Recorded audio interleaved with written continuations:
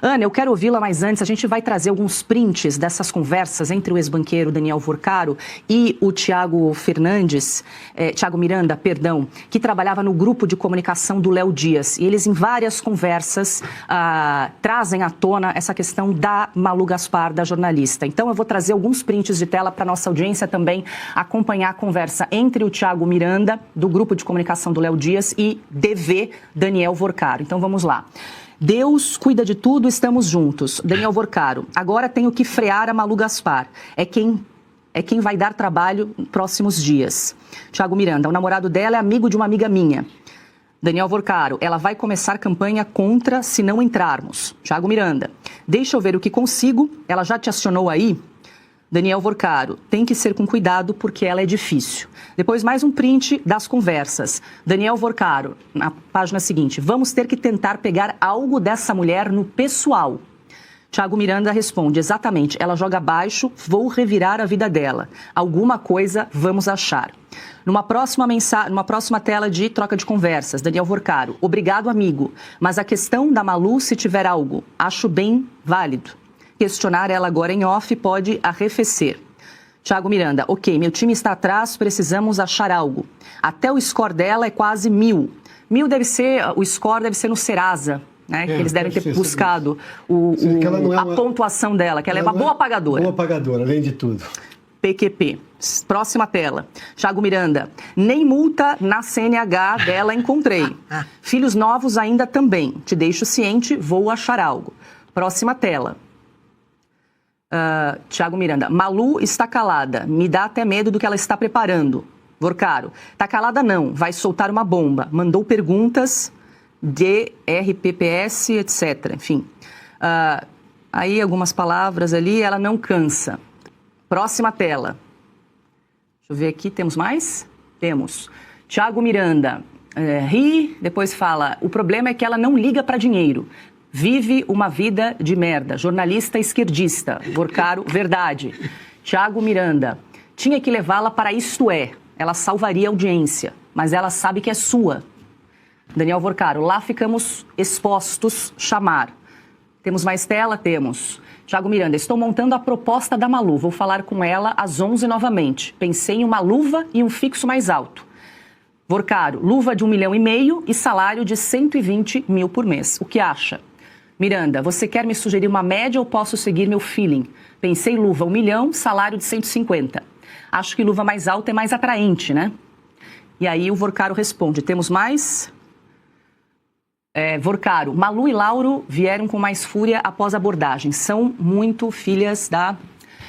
Lauro soltou 5 matérias em 3 dias. Não sei como ficaram as tratativas, mas acho melhor abortar.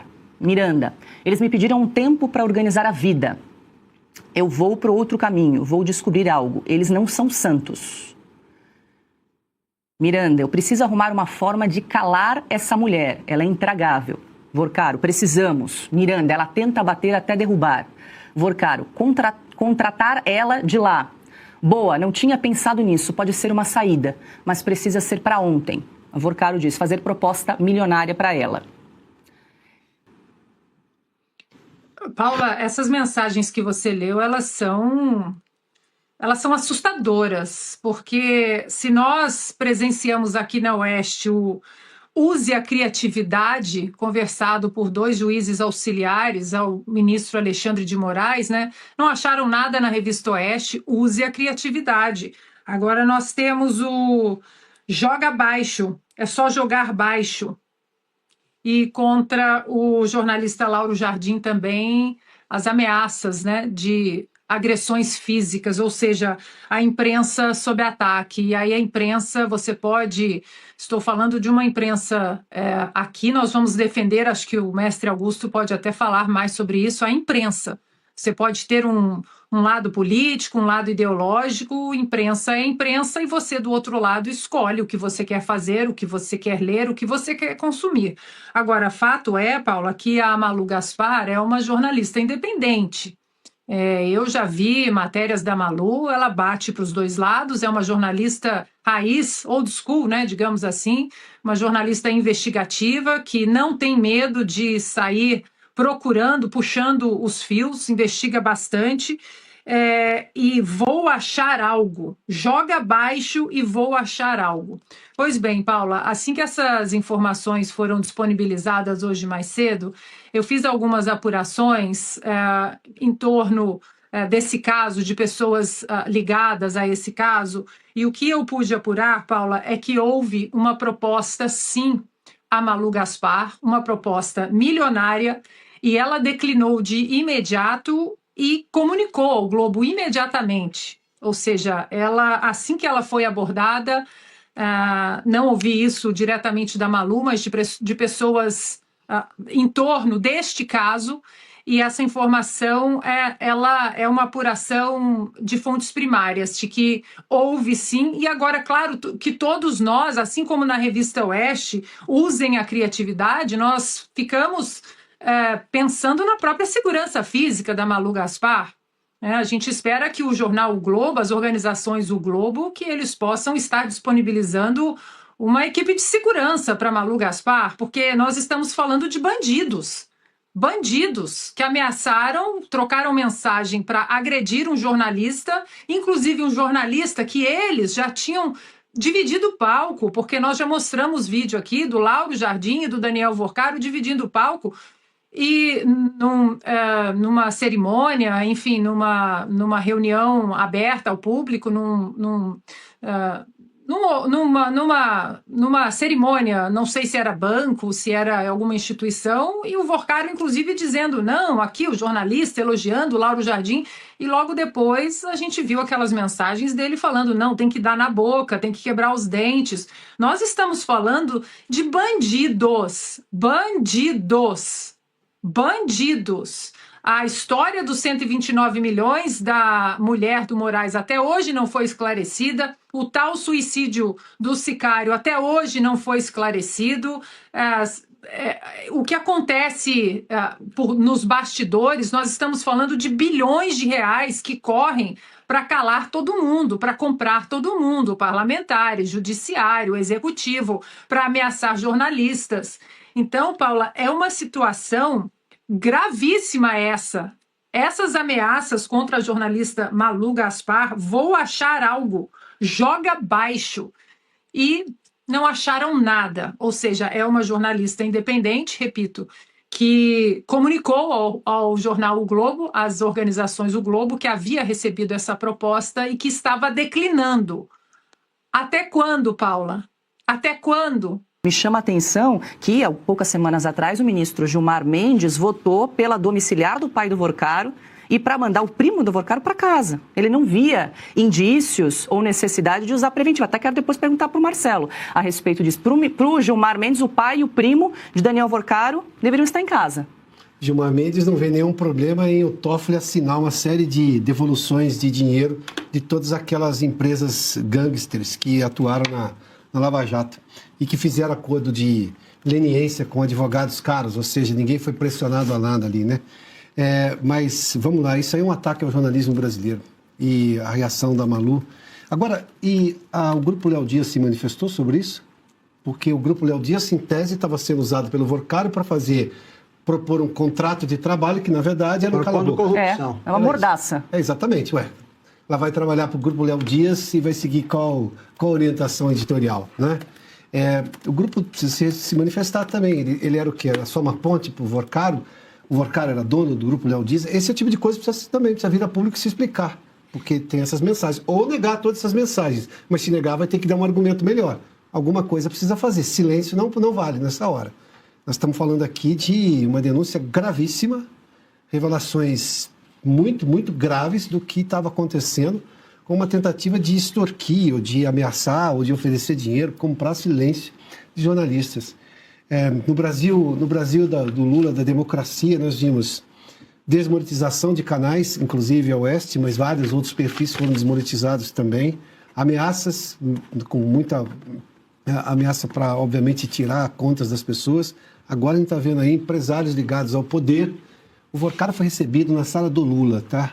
O Lula deu conselho para ele não vender o banco para o BTG, ao lado do presidente do Banco Central, o que viria a ser presidente do Banco Central, Galípolo. Esse é o Vorcaro. Esse é o Lula que recebeu o Vorcaro, enfim. Está muito claro quem é quem nessa história, né? Augusto, só para a gente trazer, porque nesses prints que foram recuperados do celular de Daniel Vorcaro entre os meses de março e abril de 2025, tem inclusive uma cópia da proposta comercial que foi feita à jornalista Malu Gaspar. Nós temos inclusive para exibir na tela, tá em letrinha miúda, mas só para a gente trazer, data de 9 de abril de 2025. Convite, prestação de serviços para grupo Léo Dias de Comunicação. E ali jornalista tentando subornar jornalista. Quem sabe? Jornalista entre aspas. Exato. Muitas aspas, né? Bota aspas nisso. Escopo, prestação de serviços como jornalista e apresentadora, remuneração mensal de R$120 mil, um bônus de R$1.500.000 como pagamento na assinatura do contrato. Exclusividade, ele traz algumas condições para participação, como a Ana nos trouxe. Ela declinou dessa proposta e imediatamente informou ao veículo, ao jornal o Globo, onde ela trabalha atualmente. Vou procurar ser breve, mas eu tenho que fazer algumas revelações. Eu vou contar alguma coisa que já saiu em livro, já foi divulgada, mas já faz tempo. Foi no livro do Mário Sérgio Conte, Notícias do Planalto, que fez bastante sucesso quando foi lançado, não me recordo agora, quase 20 anos, mas esses fatos se deram, depois eu vou contar, no governo Collor. Era o Collor ainda o presidente da República. E eu estou no meio dessa história. Mas vamos ao caso da Malu. Conheço a Malu, conheço o que eles queriam quebrar o dente. O nosso Lauro Jardim. Os dois são absolutamente confiáveis e eles deram azar. Eles acham, todo corrupto acha que ninguém é honesto, não existe honesto. E todo mundo tem preço, até porque eles vão subornando esses jornalistas aí que tentaram subornar os outros. Não estou chamando de jornalista, não é isso aí. Não é jornalista, é um bandido. Quem vai apresentar essa proposta em nome do Vorcaro. Para a Malu, trabalhei com eles, repito, são meus amigos, isso é medalha. Isso é medalha. Quebraram a cara, foram procurar as pessoas erradas. E você viu, a Malu deixa rolar. Eles fazem produzem provas contra eles mesmos, produzem contratos. E talvez você vai achar a assinatura da Malu. Claro que não. Ela estava colhendo material. E eles mostram a insanidade. Eles acham que ninguém, e que jornalista vai ficar enlouquecido com essa quantia. Sim. Até porque jornalista ganha mal, né? Eu não conheço nenhum jornalista que fica rico com o trabalho do jornalismo. Ganhamos. Somos a classe média alta, alguns, e somos jornalistas porque queremos ser. Não. Se você quer ser rico, vai fazer outra coisa. Não é por aí.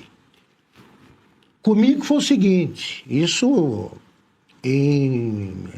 Collor foi em 92, até 92. Até 92. 89, até 92. E aparece um sujeito que tinha sido meu chefe na VG, eu dando os nomes, Mário Alberto de Almeida. Tinha sido diretor da Gazeta Mercantil. Aparece lá, eu me lembro da data, da época, porque eu estava trabalhando, ele apareceu de jogging, era a Semana Santa. E aí ele ofereceu $800 mil que eu receberia pelo Banco de Espanha, que depois foi fechado, tinha uma agência na Paulista, e eu deveria soltar uma determinada reportagem assinada por mim. Então. Aí eu perguntava, eu falei, bom, corto agora ou deixo rolar? Eu falei, vamos avançar um pouco na conversa. Eu falei, vem cá, alguém te disse que eu topo esse tipo de negócio e tal? Ele falou, não, ninguém falou nada, por isso que eu vim conversar com você. Porque eu sou teu amigo. O cara tinha sido meu chefe na Veja. E na época estava com uma fábrica de macarrão, estava tudo cortina de fumaça. Ele estava subornando gente. E aí ele deu meu salário em centavos, que eu ganhava. Eu era diretor do Estadão, diretor de redação. Ele veio e tal, eu deixei ele terminar a conversa, dizia que o esquema envolvia o Quércia, chegava a Campinas, mas começava com o Íris Rezende em Goiás, uma história confusa. Mas ele me mostrou um maço de dólares no bolso. Então ele pagaria para mim, chegaria a $1 milhão, mas divididos assim, 400 para ele e 600 para mim. Eu, assim que terminou a conversa, eu fui para a sala do Ricardo Sete, que era o diretor adjunto, Falei, ô Sete, eu achei que o cara até tem critério, porque como eu vou trabalhar e ele só encomendou, eu vou ganhar mais. Agora, eu achei que eu valia mais. Eles acham que eu valho 1 milhão. Pô, 1 milhão hoje já não é tanto assim. Brincando com isso, falei para o Sete, contei para o Julinho Mesquita, meu chefe imediato, fui falar com o doutor Júlio, contei tudo isso, falei, vou denunciar isso aí. Queria denunciar na primeira pessoa. O Antônio Carlos Magalhães, um tremendo PhD em política, conversei com ele, falei, eu vou dar isso aí, contei a história, disse, eu quero dar isso aí, em assinar a matéria em primeira pessoa e tal. Ele falou, você faz isso, a Folha vai dar o outro lado. E o Mário Alberto Gabriel vai dizer que você que fez a proposta para ele. Fiquei esperando a chance, depois falei com o doutor Júlio e tal, mandei um recado para o Mário Alberto, depois de um certo tempo, dizendo assim, Mário Alberto, ponha na conta da minha desinformação, entre aspas, e pus, entre parênteses, desinformação interiorana, mas eu não lido com corruptos. Espero que você volte ao bom caminho. Tá, mandei para ele. E o cara me telefonou 300 mil vezes, não atendi. Fiquei esperando a chance. Quando saiu o livro do Mário Sérgio Couto, eu contei. E contei um segundo caso semelhante. Também aconteceu, feito por jornalista Fernando Sandoval, que já morreu.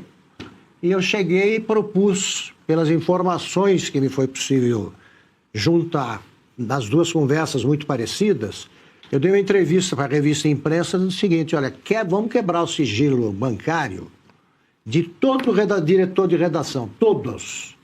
Eu só perdi conhecidos, né, não vou chamar de amigos. Ninguém topou.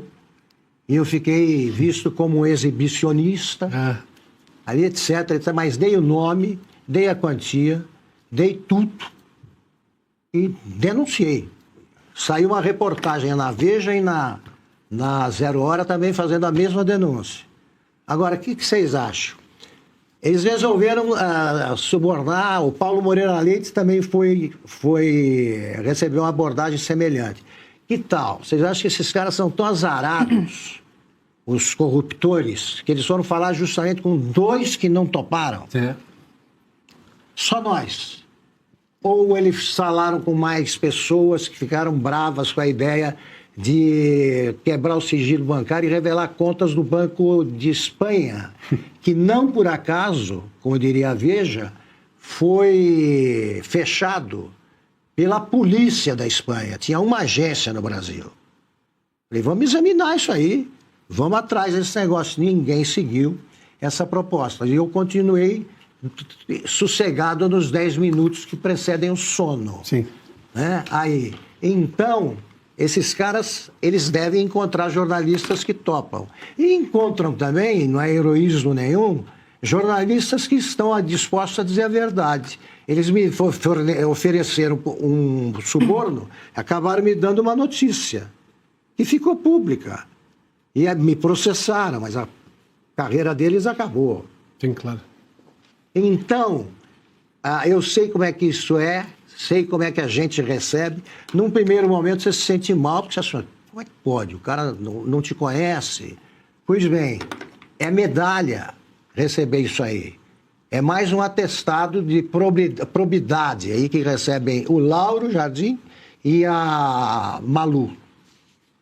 Então, de parabéns. A advogada Viviane Barsi de Moraes, mulher do ministro do Supremo Tribunal Federal, Alexandre de Moraes, enviou diretamente ao banqueiro Daniel Vorcaro, o ex-controlador do extinto Banco Master, uma minuta de contrato de honorários no valor de 129 milhões de reais. Mensagens obtidas pela Polícia Federal, parte da Operação Compliance Zero, revelam que o contrato assinado em janeiro de 2024 previa pagamentos mensais de 3,6 milhões de reais por 3 anos, totalizando esse valor aí. O escritório da advogada afirma que a consultoria focou na revisão de programas de compliance e políticas internas. A investigação apura o vazamento de informações sobre a família de Moraes e o celular de Vorcaro foi apreendido nesse contexto. Guta Pini. Gente, se isso aqui fosse um país sério, Isso seria o maior escândalo da República. Como que a esposa de um ministro da Suprema Corte tem um contrato de 129 milhões de reais com o líder dessa organização criminosa, que causou a maior fraude bancária da história desse país? Além disso, além do valor não se justificar, não tem como, não tem respaldo na realidade, nos serviços prestados, é um valor estratosférico e completamente irrazoável e injustificável. Mas, além disso, existem todos os outros elementos. As mensagens trocadas entre Daniel Vorcaro e uma outra pessoa, a quem se atribui a titularidade do número de telefone, ao ministro Alexandre de Moraes. E até agora não houve uma resposta do Supremo Tribunal Federal negando essas informações.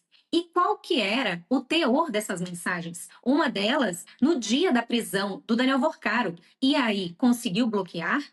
Além disso, havia ali uma satisfação que o Daniel Vorcaro dava a esse interlocutor sobre as transações com o Banco Master, sobre a venda, possíveis compradores, como que foi a reunião, olha, fiz tudo o que estava ao meu alcance, agora vamos ver o que vai acontecer. Veja só, então esse interlocutor e o que as notícias dão conta, as especulações dão conta, que era o ministro Alexandre de Moraes, ele então participaria também de tudo isso, dessa tentativa de salvar o banco. Agora, isso é extremamente grave, porque é um banco que fraudou os investidores. Eles inflavam os números dos CDBs, os valores, a liquidez do banco, para que ele continuasse fazendo negócios. Isso é criminoso, o rombo que deixou no FGC e nas previdências privadas, nas previdências públicas dos estados. Servidores públicos vão perder o dinheiro da sua aposentadoria, porque muitos desses investimentos não são cobertos pelo FGC.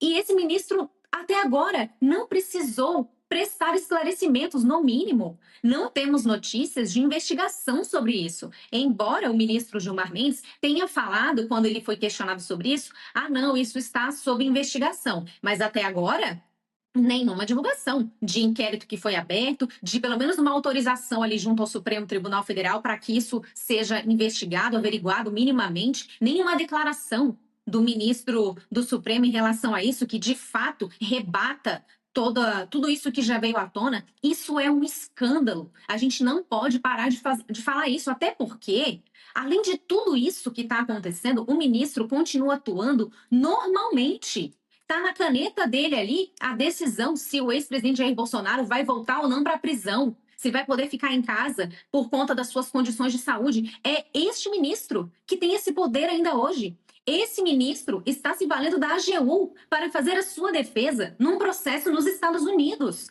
O pagador de impostos está dando conta disso. É um escândalo. Como que a gente está convivendo com isso no país?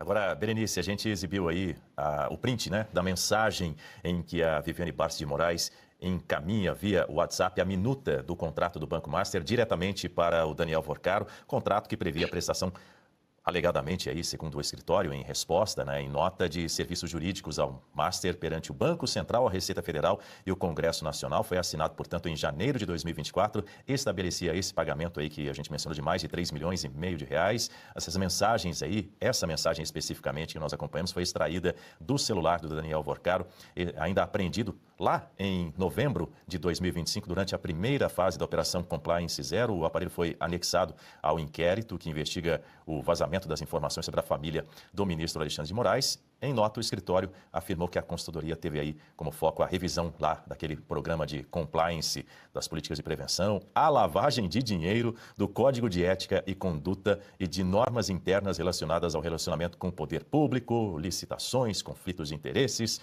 e tudo mais. Disseram ainda que realizaram 94 reuniões de trabalho durante a execução do contrato. E ainda que eu fizesse, né, com todo esse aparato jurídico de outros escritórios que ela declara nessa nota, tentando justificar um valor de 129 milhões, ainda assim não chega ao montante de um trabalho como esse, né? Os próprios escritórios, especialistas e juristas falam que não existe um trabalho de compliance num valor como esse. É impossível. Mas ficamos com essa nota. Agora, o pior de tudo é que ao longo desses últimos meses, o escritório da esposa do ministro Moraes chegou a fazer uma declaração de que não teria trocado nenhuma mensagem com Daniel Vorcaro, né? E é isso justamente que a gente acabou aqui ficando sem entender. Porque como assim, né? Se ela era advogada do banco, seria muito normal que ela conversasse em algum momento com ele. E agora essa mensagem, essa troca de mensagens, mostra que ela mentiu, porque sim, tiveram um contato, né? Pelo menos mandando a fatura para ele pagar.